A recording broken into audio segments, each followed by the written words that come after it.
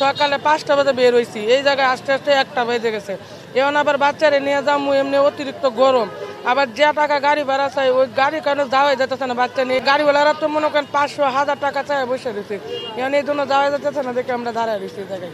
অনেকক্ষণ ধরে 2-3 ঘন্টা আইসা দাঁড়িয়ে রয়েছি এবং গাড়ি পাচ্ছি না, রোদ, তারপরে সমস্যা হচ্ছে, অনেক দিকে সমস্যা হচ্ছে।